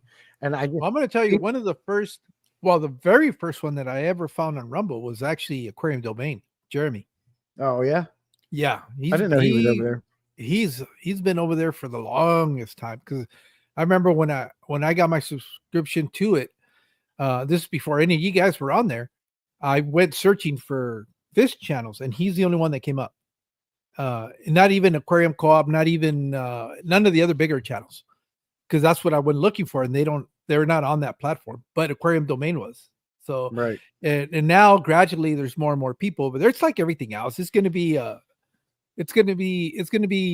take some time, but I think you're absolutely right. The ones that start taking advantage of it right off the beginning, even though you're not going to start with a big audience, just because you were first early adopters, it really puts you ahead of everybody else. Yeah. Yeah. I need to do more stuff over there for sure. And I will, but YouTube's my main thing. I've been on TikTok. I had over 3,000 followers over there at one point. Yeah, you were doing lives over there too at one point. You and Live streams the and metalheads, right? yeah. And what's nice about that is you make money right off of TikTok. People will just come in and gift you shit. It's like, yeah, it's I just can't do the lives. I tried it. It's I think what it is, it's a different type of platform. I don't know if doing stuff like this would be maybe it would, because nobody's really doing it. The one thing that I was talking with Funk about this last night. The problem with TikTok is that for some reason when people go live, they become like these little battle or challenges where they're competing against battles. Yep. and I'm following a few fish channels down there that have content here on YouTube, but the shit they're doing on TikTok, I was like, oh no, I don't want to be part of this shit. I did it. I created this thing with my wife. We would do a battle, and it was birds versus fish. Come on, birds versus fish. My fucking wife won every time. Yeah, well, that's always going to be when you're in a couple. The lady's always going to do better than the man, no matter what. Birds versus fish. I was running my mouth. It is fun, and it does create a lot of fun competition. But she don't even do it on there much. Well, what I was getting at is, I'm watching them, and because it when you're subscribed to somebody, it'll tell you that they're going live. So I'm gonna go check it out, and I was like watching it, and all of a sudden I see him get into a bathtub, and he starts pouring mud over his head because they're doing this battle, and I'm going, holy shit, is that what this is all about? Is like, we didn't get into that.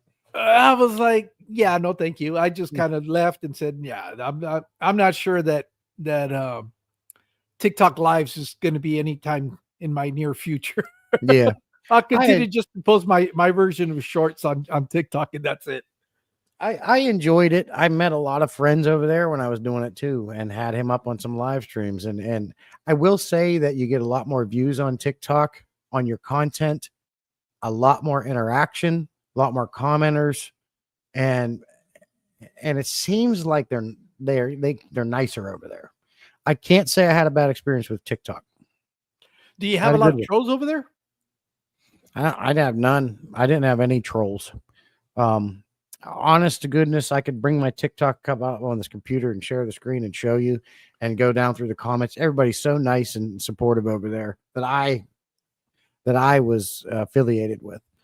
It was just like the same thing here for me. Yeah. Yeah, I haven't had a negative experience so far yet. But then Facebook, again, on the other hand, even on Facebook, well, Facebook is just if you want to get caught up reading the comments, that's where. And if you're gonna take it personal, but Mhm. I laugh.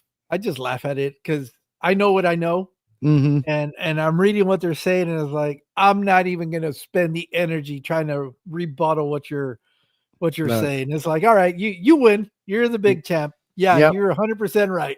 Mhm. It's But but you can't deny it. Facebook is still the number one most used social media platform, and YouTube being second.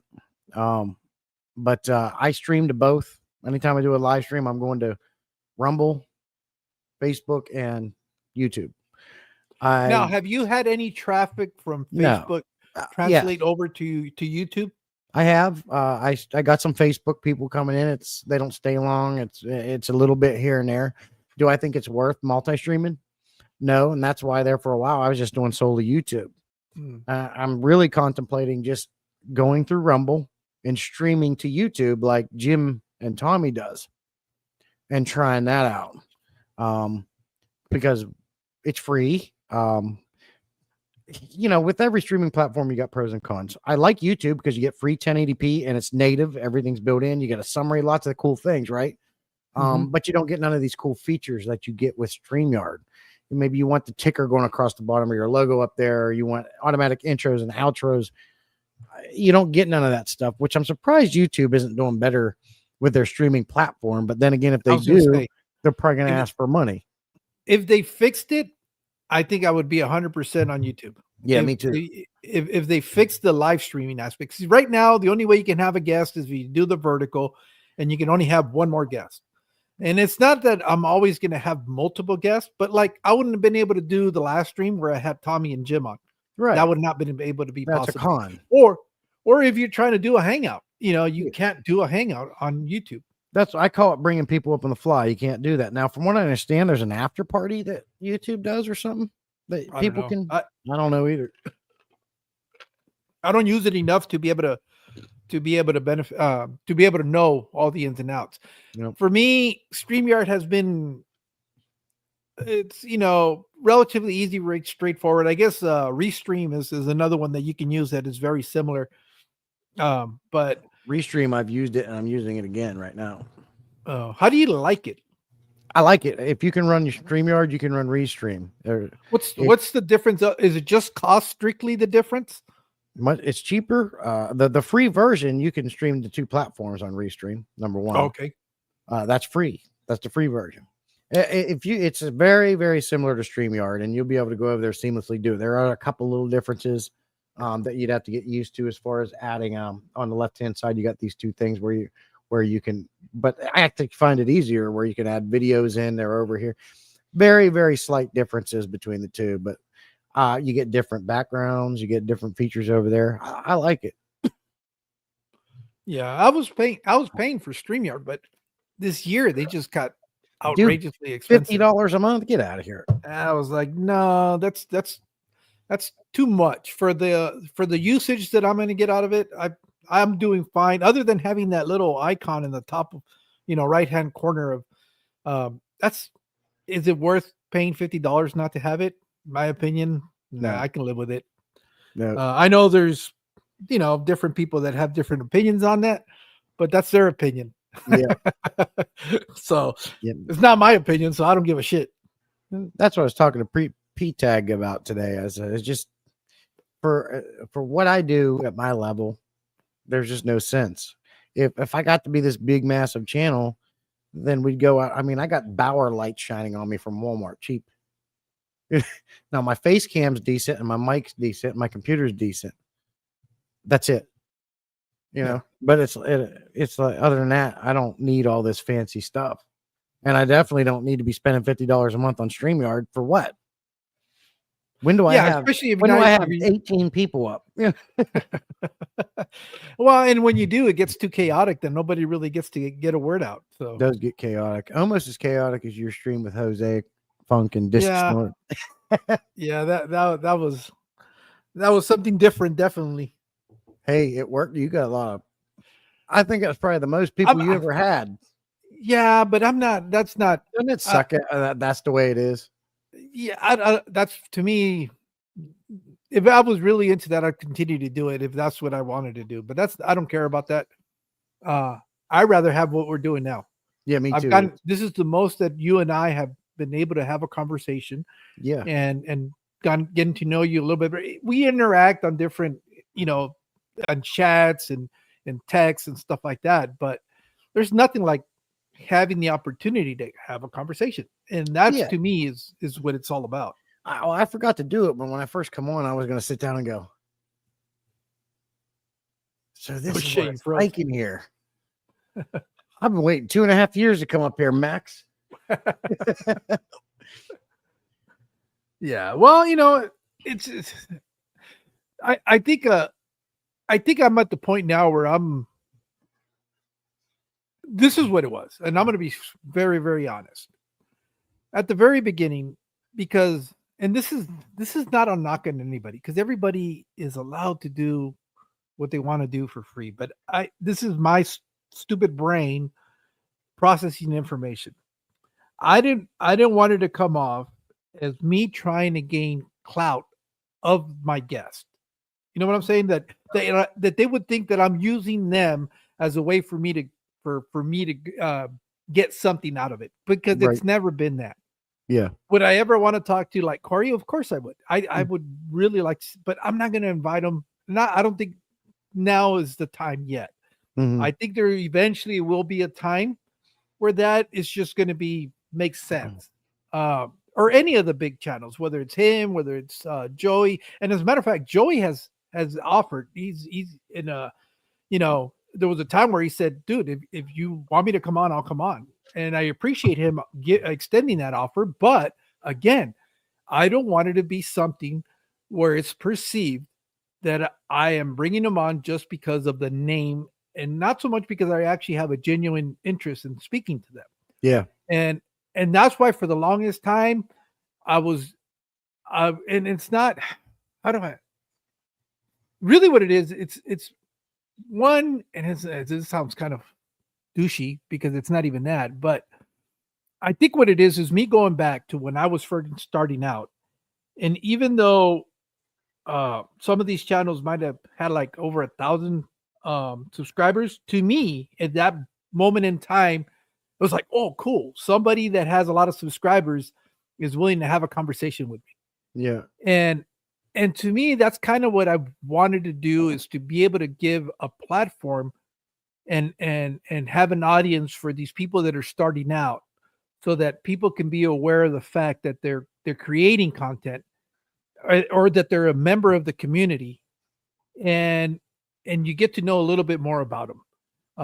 It's kind of a way to create a little bit of exposure for them. And this is why I don't like it, because it's not like I'm a big fucking channel or anything like that. But to me, when I was starting out, somebody that was in my situation was acknowledging that I was trying to do something, was very, very pivotal when I was starting out. And to me, that's just kind of a way for me to give back.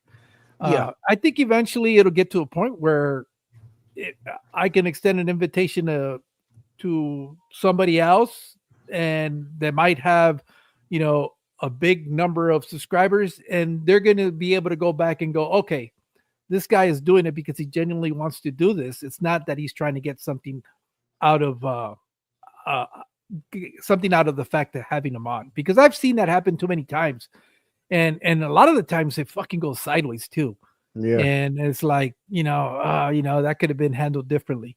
Right. But again, I'm cognizant that this is a marathon, not a sprint. And it's just, I like it. I am enjoying it. I'm getting to know a lot of people that any other circumstances I would have never met. Right. And I have not had a single person that's been on here who doesn't have something interesting to contribute. Yeah. Because we're all the biggest problem that we have as human beings is that we think our story is not interesting. Yep. And a lot of us are like, wow, what do I got to say, or what do I got to contribute? But each one of us has lived a life, and it's not a carbon copy of anybody else's life. Right. And that's why I always encourage people that are a little bit hesitant because they think, oh, my channel's not big enough. That doesn't fucking matter. Mhm. I'm inviting you on because I want to genuinely get to know who you are, what made you do what you're doing, you Mhm. know, and everybody so far up until this point has had something very interesting to say. Yeah. And you know, it's just it's one of those things where we're all unique individuals. That's Right. why we're so fascinating. That's why we're so interesting. That's why people will gravitate to similar minded people because we can relate a little bit to what's going on. Right. So Yeah, that's definitely a great way to look at it, and that's good conversation for sure. Um, uh, I know that I was like Jody P. Jody P. will tell you that I was the first to claim her. I was the first one to have her up on my live stream. okay, Uh, Columbus.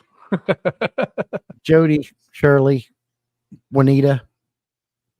God, I can't even remember them all anymore. I've like 7 to 8 people that I was their first live stream, and I always call that my claim to fame. Yeah. So, Well, it's one of those things where it's cool. And you know, here's what I've also found very fascinating. Just because they were on your live stream, you have a certain way of thinking and questions that you need answered for yourself, right. right? That you're interested in knowing about those persons. I could have that same person and it'll be a totally different interview. Yeah. And there might be some common ground because there is, at the end of the day, there's some common ground that connects us. But what I might be interested is totally different. Or they might remember about something that they wanted to speak about the first time and then they get an opportunity because it kind of slipped their mind. And now they're given that opportunity to go, oh, yeah, before I forget, here's, you know, something about myself that, you know, I don't know how many times you've experienced this where you have a guest on and you end the stream and almost immediately when you end the stream, you go, oh shit, I wanted to ask you about this and I totally forgot. Yeah. And you know, that's happened to me repeatedly. But that's When I okay because oh, when sorry, go ahead. when I had Ben Ochart up, he came on one of my streams one time. I wrote everything down beforehand. And Father Fish has been on my lives a couple times. And actually, you know the Pond Guru? Yeah. He actually left a comment in one of my videos, and I said, "Man, I'd love to have you up on a live stream." And unfortunately, where he lives, he has like zero reception, and it's been a problem like that for years. He says it. He goes, it literally takes a whole entire day just to upload one video. So he goes, and he goes, I just literally can't. If it was any other way, I'd love to. I'd love to pick his brain. Yeah. There's just I mean, it's I guess I'm just curious by nature. And Yeah, I think and I find people interesting. One of yeah, my favorite and it seems like it's become more and more that I've gotten older. Um, I could sit at a busy shopping mall, go find somewhere to sit down and just people watch. watch People people. are so fascinating. Yeah, Some of the things you see when you're just sitting there and observing, but I think that's part of our hobby though, because that's what we yeah, do. I think innately that's what just comes naturally because we sit here and we stare at glass boxes. I mean, at least I do when I'm with my tanks. I have sitting areas because I like to sit in front of them and just watch. I So I fell in that rabbit hole where I was too worried about doing videos and working the tanks. I have forgotten to sit down and just watch them. So some mornings I come out here with my coffee and I put my feet up on this chair and I just watch. I Because that's why we're keeping fish, right? To enjoy the fish. So I don't want to lose that just because I'm trying to keep up with a video or you know. So I've had to stop myself and sit down. Yo, sit down, take a break. mhm. It's part of half the reason why I have high fucking blood pressure. But I'll tell you what, man, them birds, I have never been more relaxed when I sit down with that cockatiel on my finger. And he loves when I rub his head like this. I got videos of it. Dude, nothing relaxes me more than that. And he sits there and he closes. I got videos of it. He loves it. That is relaxing. Oh, I never thought about that. I need to go to a surplus store and get me some night vision. Oh, dude. That would be cool. Yeah. That would be cool, especially for the species that you have that are nocturnal. Because Yeah. even if you try to flash a light over the tank or something, they'll scatter. Yeah.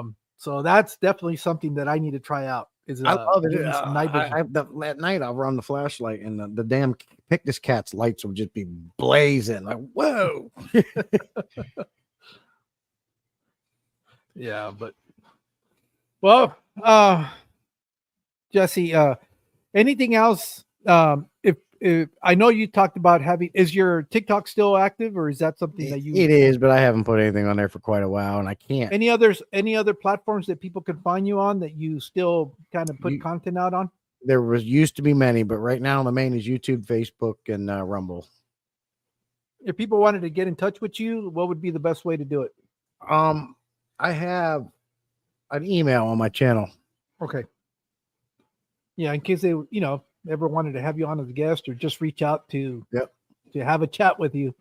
Email, messenger, if you're on Discord, if you're in my Discord, by far the best way is my phone, but not everybody has that number. So yeah. No, that's what I'm saying. It's just, that's kind of, you don't really give that out, because you just, not until you have a little bit of sense of who you're giving your number to. I don't hand that out easily either. Right.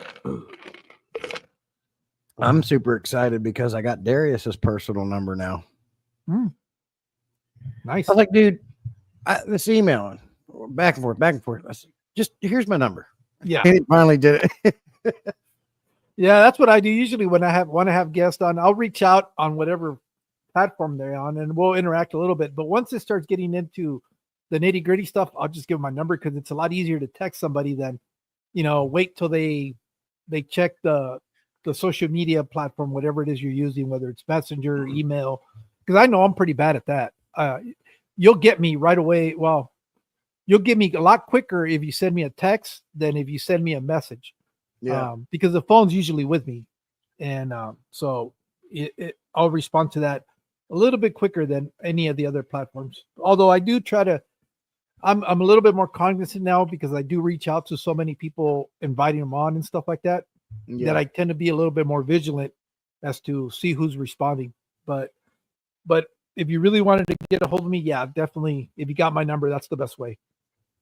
Cool. So, well, all right. Well, you go ahead. I got to jump off. I got birds to put to bed.